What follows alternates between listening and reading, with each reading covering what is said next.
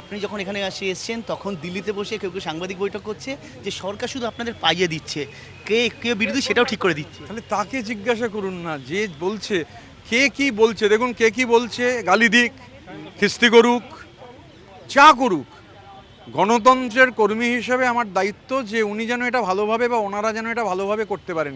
গালাগালি খিস্তি দিলেও সেটা যারে সেই গণতান্ত্রিক স্পেস তো নিশ্চিত, মুখে তো সেলোটেপ লাগানো নেই বলেই বলতে পারছেন, আরও বলুন। ওনারা ওনাদের কাজ করবেন, আমরা আমাদের কাজ করব। আমরা জায়গা দেখতে এসেছি, ফিতে নিয়ে আসিনি, কারণ আমার ফিতে নিয়ে আসার ক্যালিবার নেই। কারণ ওটা যিনি করেন তিনি করেন, বা যারা করেন তারা করেন। ডেকোরেটরের জন্য ওয়েট করেছি, ডেকোরেটর এসেছেন, তারা দেখেছেন, তারা ডায়াগ্রাম দেবেন, ডায়াগ্রাম পাওয়ার পর আবার আমরা কালেকটিভলি বসে ঠিক করব।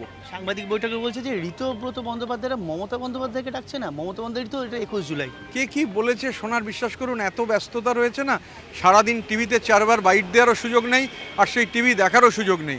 রাস্তায় আছি, কিভাবে মঞ্চ হবে ডেকোরেটরের সাথে কথা হচ্ছে, ডেকোরেটর ডায়াগ্রাম দেবে। There are far more works than important works than responding to some idiotic bites. শেষ প্রশ্ন, তৃণমূল নেত্রী মমতা ব্যানার্জিকে কি ডাকবেন? আমরা বারবার বলেছি উনি আমাদের প্রধান, চাই আমরা উনি প্রধান পরামর্শদাতা হিসেবে থাকুন, ওনাকে আমরা আহ্বান জানাবো আসার জন্য।